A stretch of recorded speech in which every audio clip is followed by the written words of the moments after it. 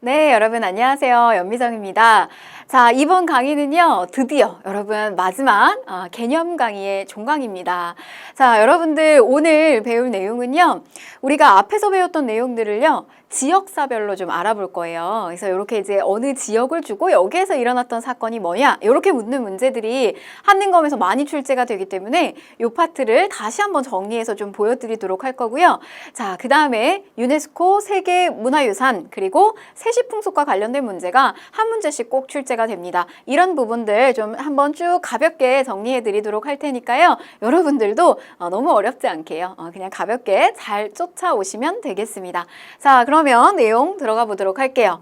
자, 이 통합 주제는요, 여러분 두 문제에서 세 문제 정도가 출제가 되고 있어요. 적지 않은 비중이고요. 그 다음에 이제 기출문제를 위주로 해서 여러분들이 자주 나오는 것들이 있습니다. 그래서 그런 것들 중점적으로 문제를 풀면 충분히 맞추실 수 있기 때문에요. 어렵지 않게 하시면 되겠습니다. 자, 그럼 먼저 이제 지역사별로 좀 다시 한번 되짚어 보도록 할게요. 자, 우리가 이제 요 만주 지역이다 라고 하는 것은 백두산 기점으로 해서 압록강 그리고 이제 두만강 이렇게 흐르는 요 지역, 바로 서간도 지역, 그 다음에 북간도 지역, 또는 우리가 이제 만주 지역이다 뭐 이렇게 이야기를 하는데요. 바로 이제 이 지역에서 한반도 북부에서 일어났던 일 살펴보게 되면 잘 나오는 건 이제 뭐냐면 여러분 요거 하나 체크합니다. 광개토대왕 능비. 광개토대왕 능비 고구려비에서 잘 나오는 게 이제 이 충주고구려비, 중원고구려비라고도 하죠. 이 충주고구려비와 광개토대왕 능비 잘 나오는데요. 이 광개토대왕 능비 같은 경우는 한반도 우리 안쪽 국내에 있지 않다는 겁니다. 중국 쪽에 있죠. 그래서 요거 이제 만주 지역에 있다는 거. 자, 그 다음에 또 일제강점기로 들어가게 되면요, 봉오동 청산리 전투가 여기서 이제 많이 이루어지게 되죠. 그리고 서간도 쪽으로는 경학사, 신흥 무관학교가 설립이 되고요. 또 북간도 쪽에는 중강단, 뭐 서전, 서숙, 명동학교 이런 것들 출제가 되고 있습니다. 그래서 그냥 가볍게 보시면 되겠고요. 자, 그다음에 이제 평양입니다. 평양은요, 너무 지역사 문제로서 단골 주제입니다. 굉장히 잘 출제가 되고 있어요. 이 평양을 굉장히 이제 중요시하게 되는데 그 시점 언제로부터 좀 보시면 좋으냐면 고려시대 파트 보시면 좋습니다. 태조가요, 훈요 10주에서 서경의 중요성을 강조하게 됩니다. 고려의 수도가 어디죠, 여러분? 그 아래에 있는 이제 이 개경이 고려의 수도인데, 개경이 이제 고려의 중심지로서의 수도의 역할을 하지만 약간 이제 올라간 북진 정책에 대한 꿈을 계속 키우고 있는 거죠. 그래서 나라 이름도 뭐라고 지었다? 고구려를 계승해서 고려라고 지었다. 그래서 서경을 굉장히 중요시했다는 거. 그리고 묘청에 서경천도 운동이 일어났고요. 자, 그 다음에 이제 이 평양 일대, 우리 대동강유역 일대에 이 제너럴 셔먼호가 들어오게 되면서 여기에 있는 평양의 주민들하고 이제 싸움이 이루어지겠죠. 그 충돌이 일어나게 되면서 이 제너럴 셔먼호 사건으로 인해서 결국 이제 신미양요까지 연결이 된다는 거. 자, 그 다음에 이제 이 대성학교가 바로 요 평양 일대에서 만들어지게 됩니다. 신민회 쪽에서 안창호 선생님이 만드신 학교죠. 대성학교. 자, 잘 나옵니다. 평양. 뭐 잘 나오냐면요, 조만식 중심이 돼서 일어났던 물산 장려운동 잘 출제가 되고 있습니다. 1920년대입니다. 자, 넘어갈게요. 자, 그 다음에 이제 원산인데요. 우리가 항구를 일본에게 처음 열었단 말이에요. 문호개방 일본에게 처음 하게 됐는데 어디 열었냐면 원산, 그 다음에 부산, 원산, 그 다음에 인천 열게 돼요. 그런데 바로 이제 이 원산 항구 열게 되면서 근대 문물 많이 들어오게 됩니다. 바로 여기에 이제 이 최초의 어떤 근대식의 학교, 사립학교가 만들어지게 되는데 그게 바로 원산학사였다는 거. 그리고 여기에는 이제 1929년에 노동자 파업도 이루어지게 되죠. 자, 그 다음에 개성으로 내려가서 좀 살펴보게 되면요, 요렇게 조금 이렇게 아래로 내려왔는데 요 개성 일대, 그리고 개성, 이게 이제 나중에는 고려의 수도가 되면서 개경 이렇게 부릅니다. 요게 이제 개성만 중요시했던 것이 아니라 고려는 어디도 중요시했다? 평양도 중요시했다는 거고요. 후고구려 여기서 이제 건국하고요. 그다음에 이후에 여기에서 뭐가 일어나냐면 이제 만적의 난이 일어나게 된다. 뭐 이런 것도 보시면 되겠고, 요거 볼게요. 송상의 근거지다라고 하는 거, 개성의 송상, 인삼 같은 거 판매했던 거, 조선시대 후기에 가게 되면 또 굉장히 이제 많이 활약을 하게 되고 부유한 또 상인으로서 성장을 하게 됩니다. 넘어갈게요. 자, 그 다음에 이제 서울인데요. 서울 같은 경우는 한강유역 줄기를 쭉 따라서 백제가 처음에 이제 이 지역에 자리를 잡게 되고요. 그러나 이제 이 수도 한성이 처음에는 함락을 당하게 되고 또 역시 조선의 수도이기도 하고요. 나중에 근대 파트 가게 되면 요 일대에 있는 이제 이 시전의 상인들이 일본의 상인들의 침입에 대응하기 위해서 황국, 대한제국기죠. 중앙총상회가 조직이 되기도 했습니다. 자, 그 다음에 이제 남부로 내려가 볼게요. 남부로 쭉 내려가서, 자, 공주 출제 굉장히 잘 됩니다. 공주. 제가 이 북부에서 지역사로서 출제 굉장히 잘 되는 거 뭐가 있냐 꼽으라라고 하면 평양이에요. 남부에서 지역사 출제 잘 되는 거 요거 공주 출제 잘 됩니다. 자, 뭐 공주 석장리 구석기 시기 때 유적이죠. 자, 그리고 백제의 수도가 처음에 한성이었는데 어디로 옮겨서 내려오게 된다? 그렇죠. 여기 웅진으로 쭉 밀려서 내려오게 된다라고 하는 거. 자, 그 다음에 요것도 한번 볼까요? 김헌창의 난이 발생을 하게 됩니다. 공주 웅천주 도독이에요. 저 김헌창의 난이 일어났던 때가 언제죠, 여러분? 다시 우리가 좀 복귀해보면 헌덕왕 시기죠. 헌덕왕. 아버지 주원이 왕이 되지 못해가지고 난을 일으키잖아요. 김헌창의 난. 또 그 아들 또 일어나죠. 김범문의 난. 자, 그 다음에 공주에서 망소이의 난이 일어나게 됩니다. 요거는 이제 무신집권기 때 일어났던 거. 그리고 2차 동학농민운동 공주 우금치전투. 자, 넘어가셔서요. 청주 지역에서는 우리 요거 직지심체 요절 요게 간행이 됐다는 거. 현존하는 최고 오래된 금속 활자본이죠. 직지심체 요절 흥덕사입니다. 청주 흥덕사. 자, 그 다음에 이제 안동으로 넘어가서요. 안동 같은 경우는 우리 여기 이제 서원이 많이 있어요. 그래서 이왕 선생 기리는 도산서원, 그 다음에 유성룡 선생 기리는 요 병산서원, 요 안동 일대에 많이 있고요. 또 여기는 이제 뭐 안동의 하회마을 이런 것도 있습니다. 자, 그리고 또 여기 이제 고창 전투가 있죠. 안동의 고창 전투 요거 좀 한번 잘 보시고요. 요 이제 저 고창 전투 같은 경우는 후백제의 견훤과 왕건 간의 싸움이 이루어졌던 곳이 바로 고창 전투죠. 그리고 이제 이 안동 지역 일대에서는 그런 이제 싸움이 민속놀이로서도 연결이 되는데요. 우리가 뒤에 또 나올 거예요. 근데 그 민속놀이는 이제 차전놀이라고 있습니다. 그거 같이 보시는 게 좋아요.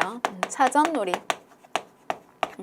그리고 그 안동 지역으로 이 공민왕 홍건적의 2차 침입 시기 때, 이 홍건적 2차 침입 때 이 공민왕이 여기까지 안동까지 거의 이제 표현을 뭐 복주 옛날 지명으로 이렇게 복주까지 피난을 갔다 이런 표현 나오게 되는데 그때 갔을 때 노국공주 치맛자락이 기니까 거기 있는 주민들이 나와가지고 노국공주 다리를 만들어줬잖아요. 이게 무슨 놀이죠?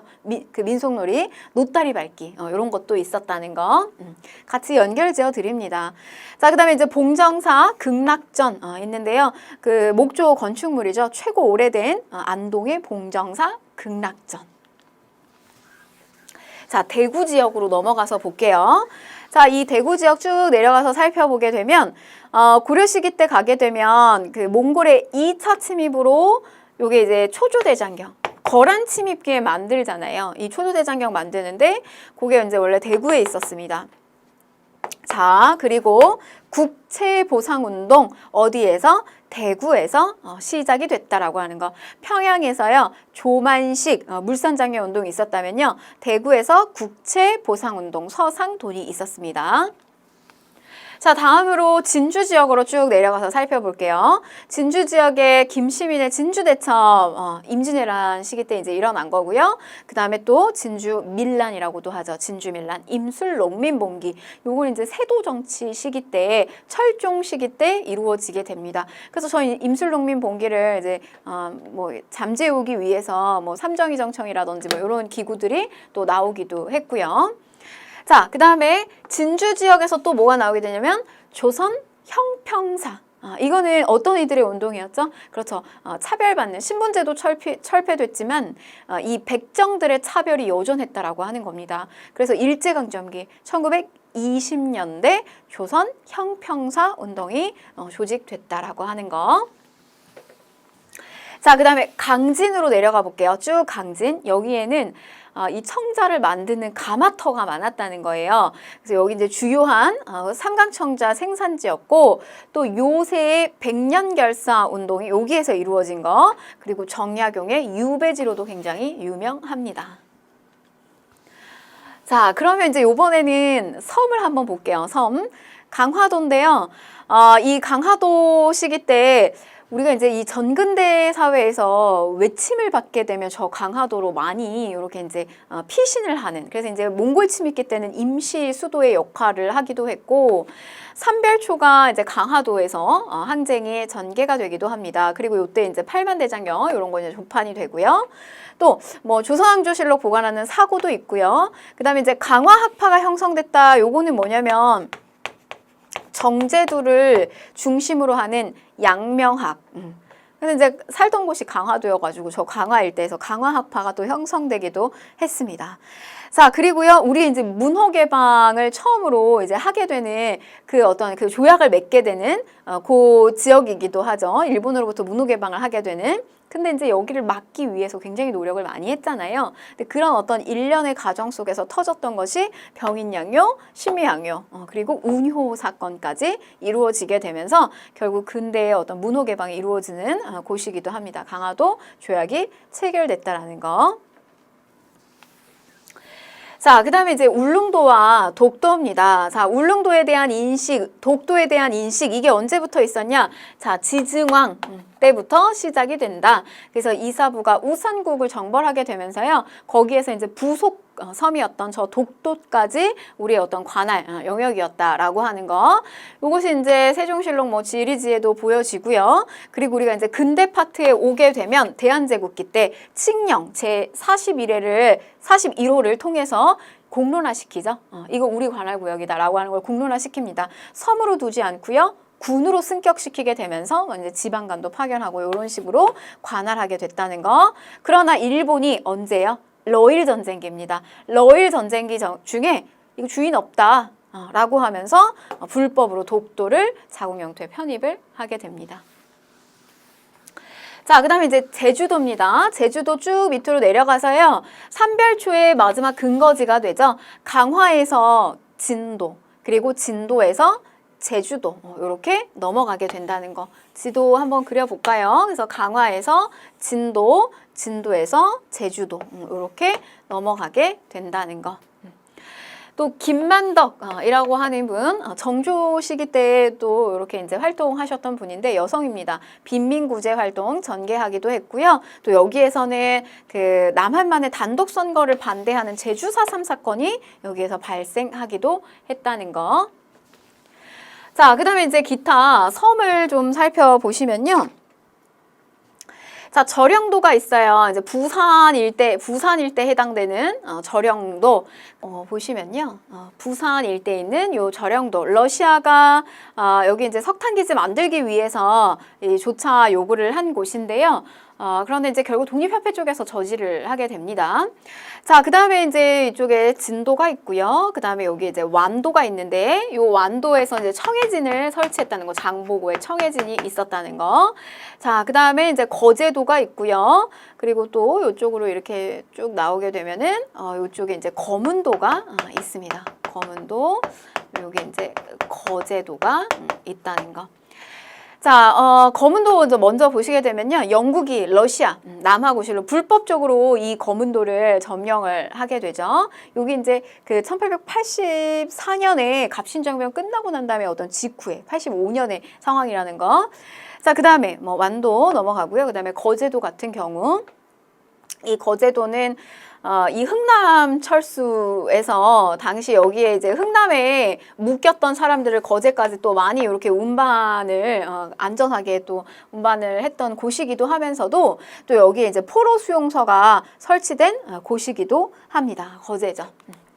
자, 그럼 이제 문제를 좀 풀어보도록 하겠습니다. 자, 자, 가 지역에 있었던 사실로 옳은 것을 골라라 라고 했는데 묘청등이 왕에게 말하기를 신들이 보건대. 자, 이쪽 어디죠? 서경의 땅이죠. 서경의 임원역은 평양입니다. 자, 망이망소이가 일으켰다. 요거는 어디죠, 여러분? 공주죠. 자, 그리고 정몽주가 이방원의 세력에 의해서 피살됐다. 우리가 선주교라고 알고 있습니다. 그래서 요거는 이제 개성이고. 자, 3번 우리나라 최초의 근대 교육기관이 설립이 되었다. 사립학교죠. 원산학사. 이 원산학사 원산이죠. 몽골의 침입으로요. 황룡사 구층 목탑이 소실되었어요. 여러분 황룡사 이거 누가 만들었죠? 진흥왕. 구층 목탑 선덕여왕 이렇게 됩니다. 요건 이제 경주죠. 자, 5번 조만식 조선물산 장려의 평양입니다. 정답은 5번이에요. 굉장히 잘 출제가 됩니다. 자, 다음에 우리가 이제 유네스코에 등재된 우리의 문화재, 우리가 반드시 지켜야 되는 세계와의 약속이죠. 요 문화재들 좀 한번 살펴보도록 하겠습니다.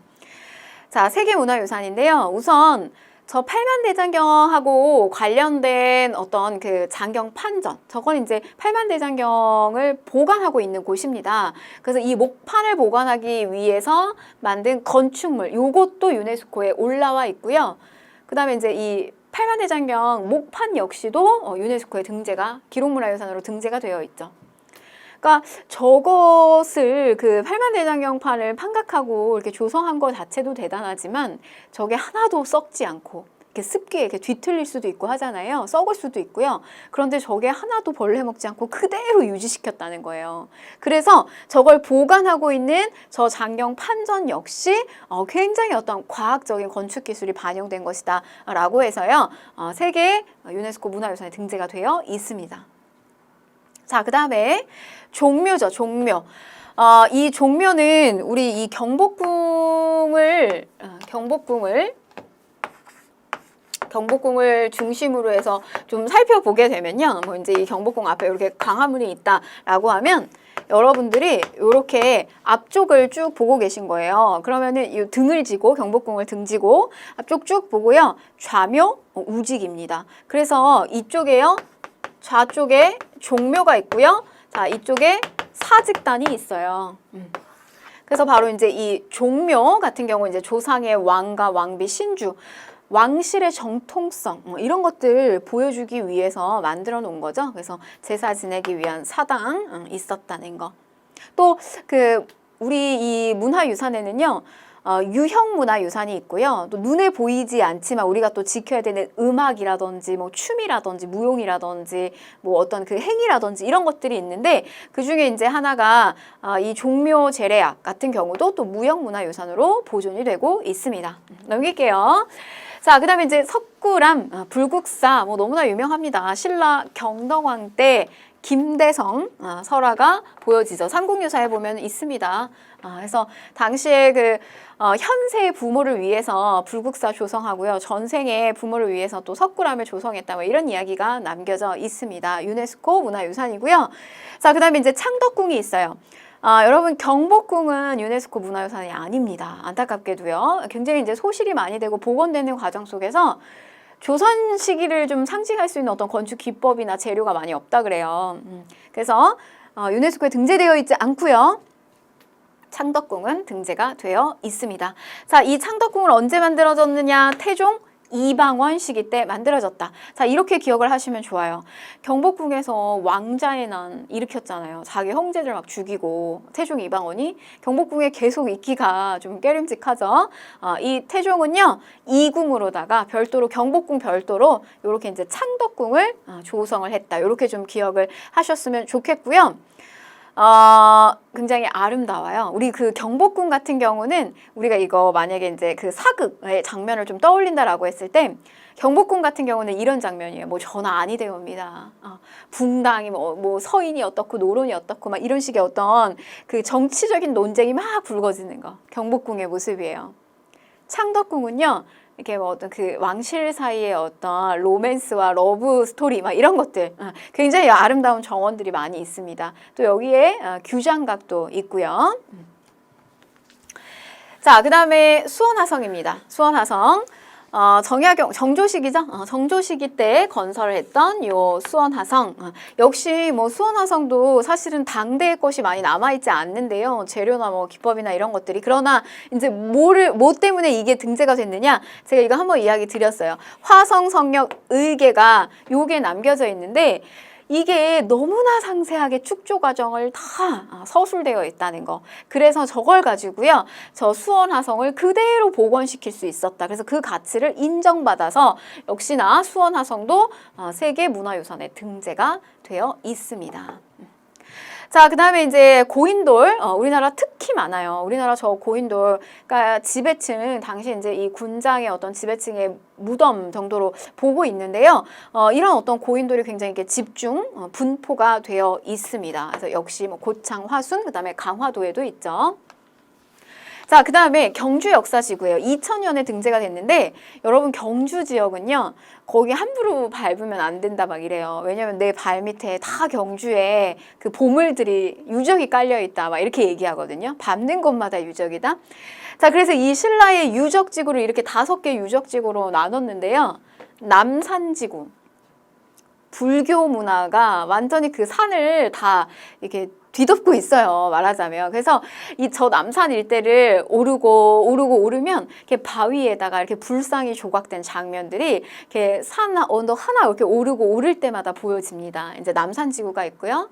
그다음에 이제 이 월성지구는 경주의 중심이죠. 경주의 중심입니다. 그래서 여기에서 뭐 이제 계림이라든지 이 계림은 우리 그 시조 기말지의 어떤 탄생설화가 깃든 곳이고요. 신라라고 가리키는 표현이기도 하죠.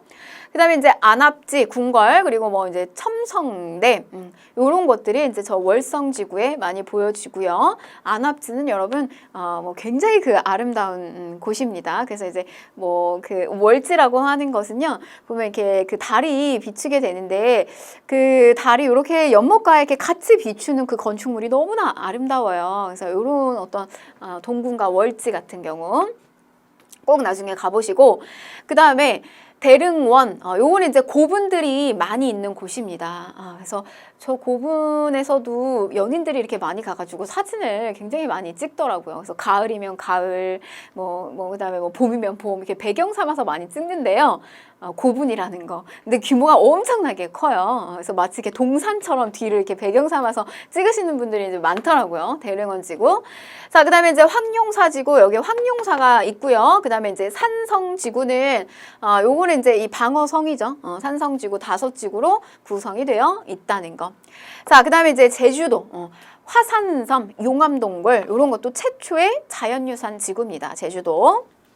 자, 그 다음에 이제 조선의 왕릉, 왕하고 왕비 추존된 이런 이제 무덤, 부속시설 같은 것들도 문화유산 등재되어 있고요. 그 다음에 이제 마을도 등재가 되어 있어요. 유교적 양반 문화를 그대로 간직하고 있는 거, 우리가 볼 수 있는 거. 그 이제 대표적인 게 안동의 화해마을, 또 경주의 뭐 양동마을이 있습니다. 그다음에 또 남한산성 역시 요 이제 조선시대 유사시 대비하여 우리 이 남한산성은 병자호란 때 저 남한산성에서 이제 갇히게 되죠. 요 지역 산성도 유네스코에 등재가 되어 있고요.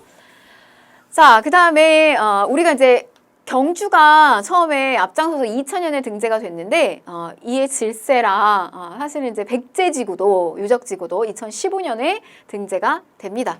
그래서 공주 그다음에 부여 또 천도를 시도했다고 알려지는 요게 이제 왜냐면 요 익산에 뭐가 있었냐면 요 미륵사 터가 있거든요. 그래서 여기 아마 천도를 하지 않았을까 무왕 때 요런 어떤 추측들이 나오고 있죠. 그래서 바로 요런 지역들 대표적인 유적지입니다.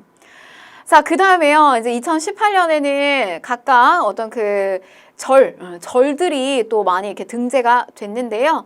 뭐 요런 이제 절들 7개의 산지 승원들이 등재가 됐습니다. 영주, 부석사, 뭐 안동, 봉정사, 뭐 요런 이제 절들이 있었다는 거.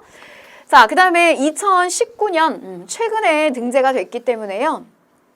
한국의 서원 좀 자주 출제가 되고 있습니다. 그래서 또 사림들의 어떤 기반이 됐던 곳이죠. 교육시설. 그래서 영주의 소수서원. 요 소수서원 처음에는 이름이 뭐였죠, 여러분? 백운동 서원이었어요. 그래서 최초의 서원이죠. 그랬다가 요게 이제 그 풍기군수로 두 번째, 처음에 이제 주세붕에 의해서 만들어지잖아요. 그러다가 이제 이후에 이황의 건의에 의해서 국가로부터 현판도 받고요. 여러 가지 재정적 지원도 받습니다. 나중에 이제 이름을 소수서원 이렇게 바꾸게 되는 거. 그 다음에 이제 이 논산 도남서원은요. 그 예학을 발달시키고 연구했던 분이세요. 김장생. 그래서 이 김장생 선생을 기리는 서원인데요. 조금 요게 출제가 돼가지고 수험생들 좀 어려워했습니다. 좀 기억해 주시고요. 9개의 서원 이렇게 들어왔다.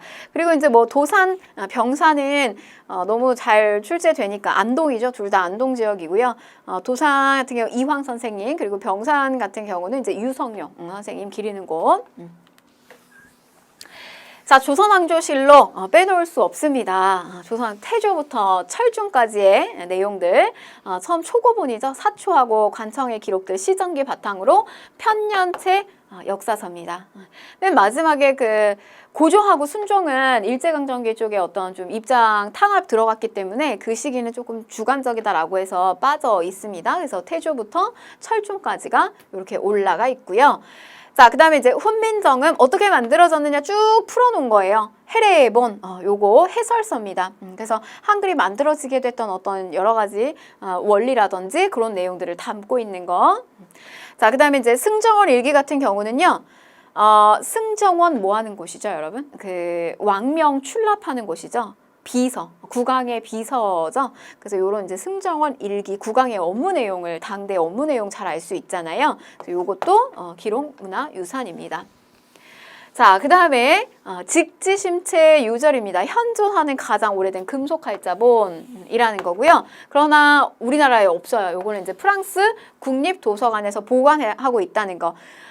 그렇지만 이제 저거는 여러분 약탈당한 거는 아니에요. 우리 약탈당한 건 강화도 외교장각에 있는 의계가 약탈당한 거고요. 요거는 우리가 이제 이 프랑스하고 교류를 하게 되면서 당시에 그 주한공사가 요거는 사가지고 간 겁니다. 그래서 여기 이제 프랑스에 보관이 되어 있다는 거. 어디에서요, 여러분? 청주 흥덕사에서. 자, 그 다음에 요게 이제 제조대장경, 뭐 고려대장경 뭐 이렇게도 이야기하는데요. 초조대장경 만들었는데 소실됐잖아요. 몽골 침입 때. 그래가지고 그 소실된 것을 다시 만든 것이 8만 대장경이죠. 그래서 요거 역시도 등재가 되어 있죠. 기록문화유산으로 등재가 되어 있습니다. 그리고 역시 조선 왕실의 중요한 여러 가지 행사들을 글하고 그림하고 요거 두 가지를 가지고 보기 쉽게 이렇게 다 기록한 의례서가 바로 의계죠. 의계. 자, 그 다음에요, 요거 하나만 다시 좀 갈게요. 요 의계는 여러분 우리가 이 외교장각에 있었던 것이 또 많이 이렇게 약탈 당했다라고 하는 거, 당시에 그 병인양요 때 많이 약탈을 당하게 되죠. 근데, 이게 나중에 그 프랑스의 역사학 연구자였던 우리나라 이제 한국인입니다. 당시 이제 거기에 유학가 계셨던 그 박변선 박사님이 이거를 다시 이렇게 환수해 오는데 엄청나게 많은 노력을 하세요. 그래가지고 결국에는 2011년 무렵에 환수하는데 성공을 하게 되는데 갱신을 하면서 이제 영구 임대하는 형식으로 결정이 나게 됩니다. 의계. 자, 그 다음에 동의보감. 동의보감이죠. 요거는 이제 광해군 시기 때 임진왜란 끝나고 나서 만들어지게 되는 의학 백과사전이고요. 자, 현대사 기록물도 들어가 있어요. 5.18 기록물 여러 가지 사진부터 시작해서 기록들. 자, 그 다음에 일성록이 있는데요. 요 일성록은 뭐냐면 정조가 세손 시절부터 쓴 일기예요. 근데 이거는 세계에 유례가 없는 거예요. 그러니까 뭐냐면 왕이 자기가 중심이 돼가지고 왜 우리 일기 쓸 때 나는 오늘 뭐 했다 이렇게 정말 내가 주어가 돼서 쓰잖아요. 근데 뭐 조선왕조실록이나 이런 거는 보게 되면 사실은 어떻게 보면 사관이 삼자가 당대에 기록하는 거잖아요. 근데 이거는 왕이 자기가 스스로 쓴 기록이란 말이에요. 일기란 말이에요. 그래서 이렇게 그냥 이제 정조 시기 때 쓰기 시작했는데 이게 그 다음에 이제 후손이나 왕한테 굉장히 어떤 여러 가지 전달을 교훈으로 남기기가 너무 좋은 것들이 많아서 뭐 이후에 이제 순종 때도 이렇게 쓰게 됩니다. 순종 때까지. 이게 이제 기록 문화유산으로 등재가 되어 있다는 거. 자, 그 다음에 현대사, 새마을운동 기록물. 우리 앞에서 현대사 5.18 있었고요. 그 다음에 새마을운동 기록물이 있고요. 또 임진왜란 난중일기라든지 또 한국의 유교 책판. 자, 현대사 기록물 이산가족 찾습니다. 라고 하는 요 기록물도 현대사 기록물로 등재가 되어 있습니다. 자, 그 다음에 뭐 이제 조선 왕실의 그 도장이에요. 저 어보는 저 도장 그리고 그 교서 이런 것들도 등재가 되어 있고요. 또 조선 통신사 기록물. 그래서 이게 이제 12회 정도가 파견이 되는데 한 번 갈 때마다 엄청나게 많은 몇백의 인원이 간다고요. 그리고 뭐 1년, 길면 1년 정도까지 머물게 돼요.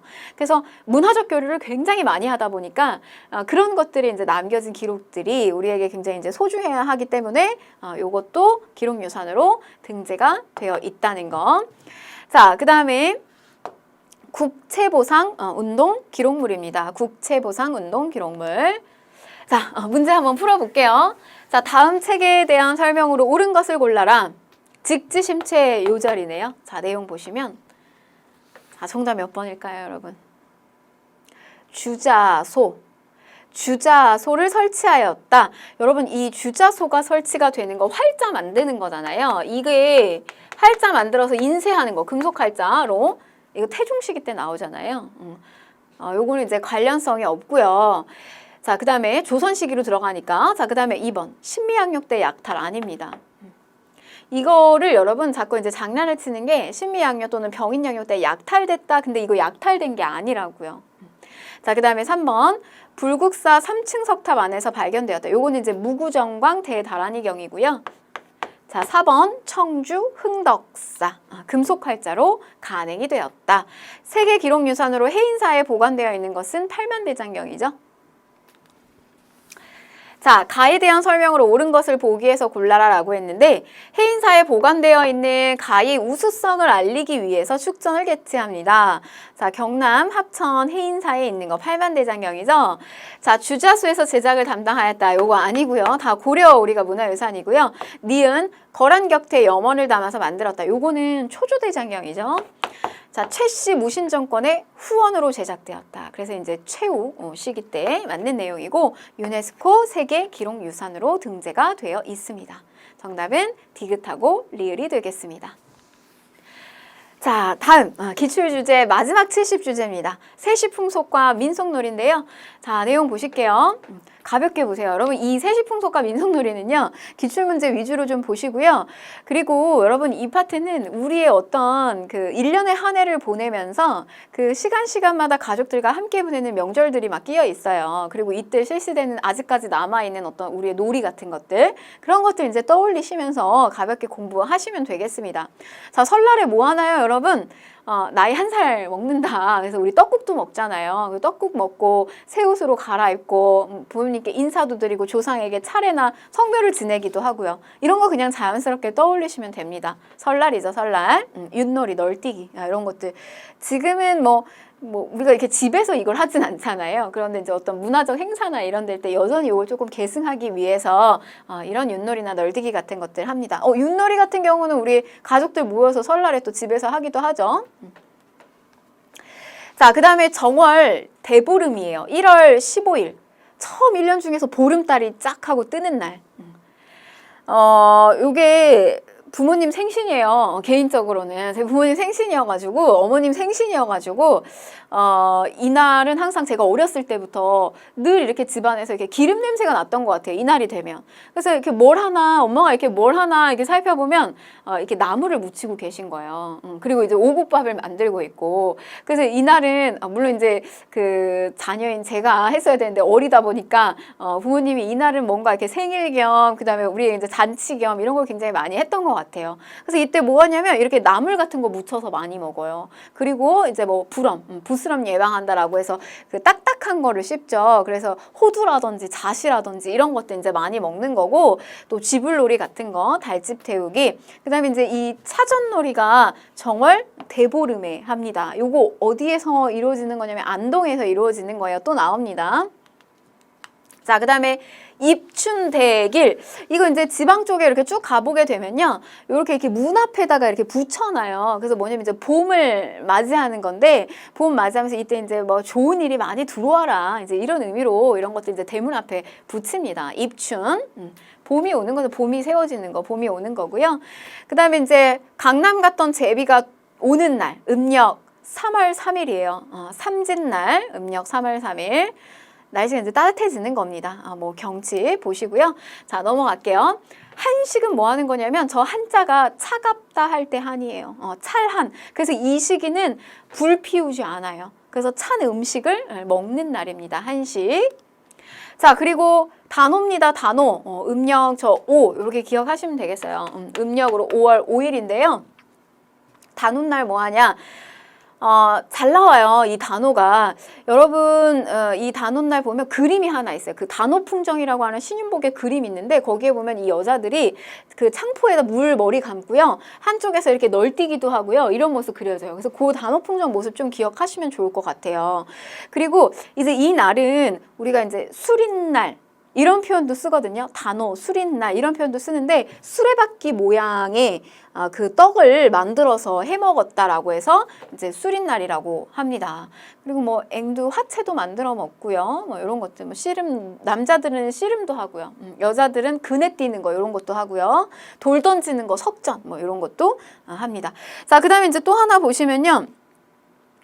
단오선 이거는 뭐냐면 단오 부채예요. 그러니까 이제 여름이 다가오는 거거든요. 음력 5월 5일이면. 그래서 이제 날씨가 더워지니까 임금이 왕이 신하들에게 부채를 이렇게 선물로 주면서 여름을 잘 나라는 이런 단오 부채 같은 것들 이런 것들 선물했다는 거. 자, 그 다음에 유두입니다. 이 유두는요, 흐를 이유, 머리도 이렇게 생각하시면 돼요. 그래서 흐르는 물에다가 머리나 몸이나 이런 것들을 깨끗이 씻어내는 날, 그래서 서늘하게 또 하루를 보내는 날, 이렇게 보시면 되겠고요. 7월 7일, 칠석이에요. 견우와 직녀가 만나는 날. 그래서 뭐 직녀처럼 바느질 솜씨 좀 잘 되게 뭐 빌어달라 뭐 이런 것들 보시면 되겠고요. 자, 그 다음에 백중입니다. 이 백중은요, 이제 농사, 뭐 100가지의 곡식이 이렇게 다 이렇게 나오게 되는 날이다. 그래서 조금 요날 하루는, 이제 막 농사를 하고, 뭐 앞으로 또 이제 그 수확을 잘 되게 풍년을 기원하고 뭐 이런 것도 담겨져 있는데요. 이날 하루는 머슴들을 쉬게 해주는 날. 이렇게 생각하시면 돼요. 그래서 호미를 씻는 날. 일 안 하게 시키는 거예요. 백중. 자, 그 다음에 추석입니다. 추석. 우리도 이 추석의 명절을 즐기잖아요. 한가위라고도 부르죠. 그래서 이때는 이제 수확을 한 어떤 여러 가지 이제 뭐 곡식이라든지 맛있는 음식들이 아주 풍족한 그런 달이죠. 뭐 먹죠, 여러분, 이때? 이때는 이제 송편을 만들어 먹기도 하고요. 그 다음에 뭐 줄다리기라든지 씨름이나 강강술래 같은 것들도 많이 했다는 거. 그래서 뭐 이제 추석에는 송편을 많이 빚어서 먹고요. 또 송편을 잘 만들고 막 이렇게 얘기하면은 뭐 예쁜 자식을 낳는다 뭐 이런 어떤 우리만의 또 이야기들도 있고요. 자, 그 다음에 입동입니다. 이 입동은 겨울이 들어가는 거, 겨울이 시작되는 거. 그럼 이때 뭐 하겠어요? 김장 담그는 거예요. 입동 때. 우리 아까 앞에는 입춘이 있었고요. 여기는 이제 입동. 자, 그 다음에 동지, 그냥 팥죽 기억하세요. 우리 동지 때 1년 중에서 가장 밤이 길고 낮이 짧은 날인데 귀신 쫓는다 이러면서 이 붉은색의 귀신을 쫓는 이 팥죽을 또 먹기도 했다라고 하는 겁니다. 자, 그 다음에 이제 민속놀이 이어서 보실 텐데요. 이 민속놀이는 아까 앞에서 중간중간 나왔습니다. 대보름에 저런 이제 쥐불놀이 같은 것들, 뭐, 그리고 뭐 달집 태우는 거, 또 뭐 차전놀이, 요거 한번 보세요. 잘 나옵니다. 태조 왕건이요. 안동 사람들 지원 받아가지고 우리가 공산전투에서 왕건이 깨졌잖아요. 근데 이 고창전투에서 안동 사람들이 왕건을 많이 도와줬단 말이에요. 그래서 이 낙동강에다가 저 견원 후백제 이끄는 저 견원의 무리들을 막 이 낙동강으로 밀어서 막 빠뜨리고 막 이랬다라고 해요. 이 왕건을 도와주면서. 그래서 바로 이제 거기에서 기원됐던 놀이가 저 차전놀이에요.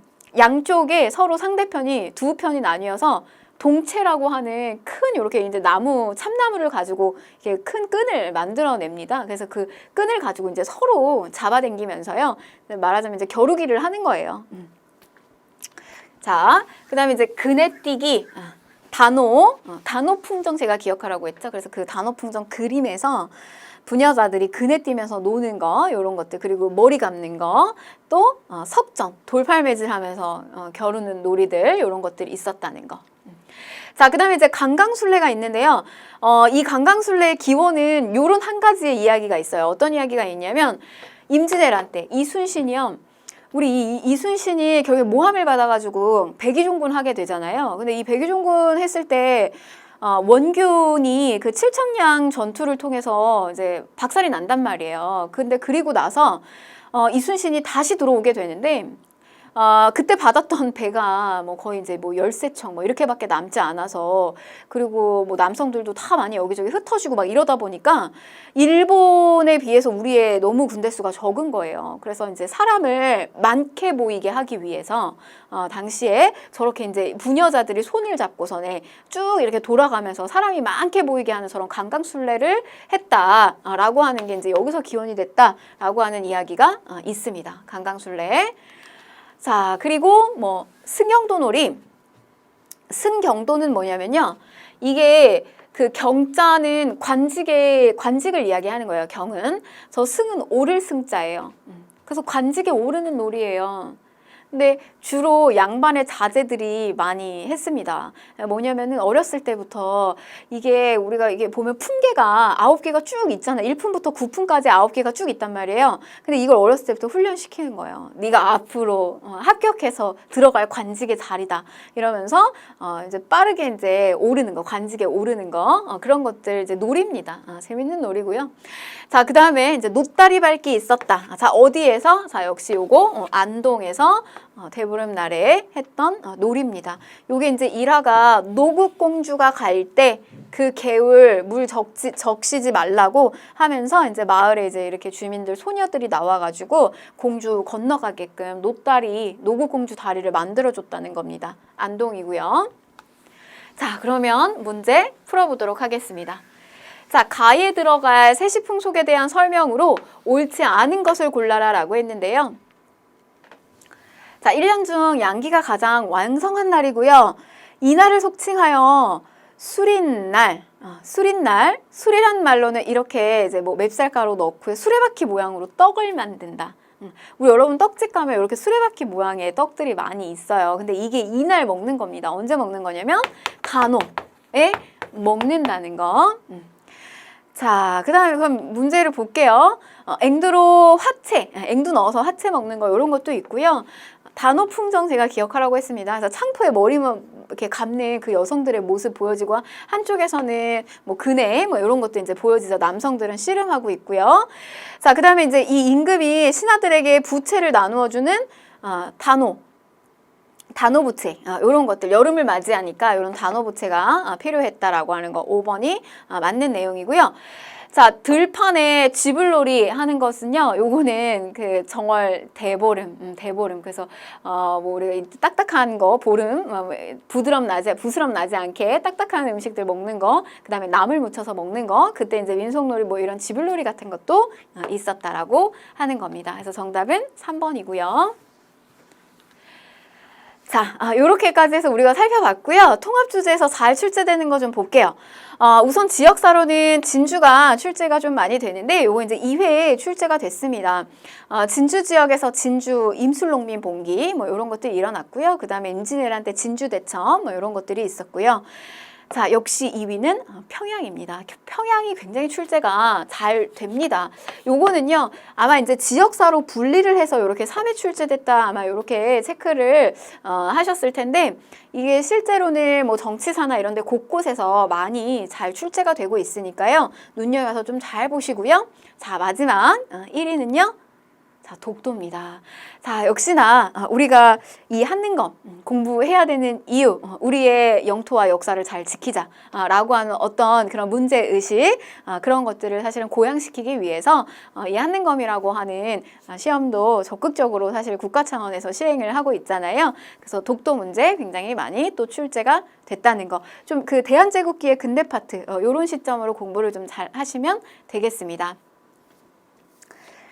자, 우리가 이렇게 해서요, 쉽게 배우는 한국사 능력검정, 개편된 심화, 개념 정리를 모두 마쳤습니다.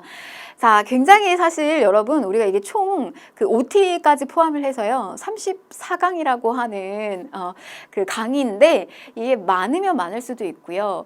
사실은 그렇게 우리 한국의 전체 역사를 다루기에는 굉장히 적은 강의 수입니다. 더 많은 내용을 좀 알려드리고 싶었지만 시험에 조금 출제 빈도가 높은 거 이런 위주들로 여러분들께 좀 소개를 드렸어요. 이 한국사 능력검정 시험을 통해서 꼭 이걸 발판 삼아서요 여러분들이 목표로 하는 취업, 직장, 뭐 공무원 이런 것들 꼭 반드시 이루시고요. 각자 이제 직장 생활을 하시면서 각자의 위치에서 그냥 제자리를 지키면서 열심히 하실 때 또 우리의 이 대한민국의 역사는 발전된다. 이렇게 생각을 해주셨으면 좋겠습니다. 저한테도 좋은 소식들을 좀 많이 전달을 해주셨으면 좋겠고요. 여러분들 그동안 고생 굉장히 많이 하셨습니다. 네, 수고하셨습니다.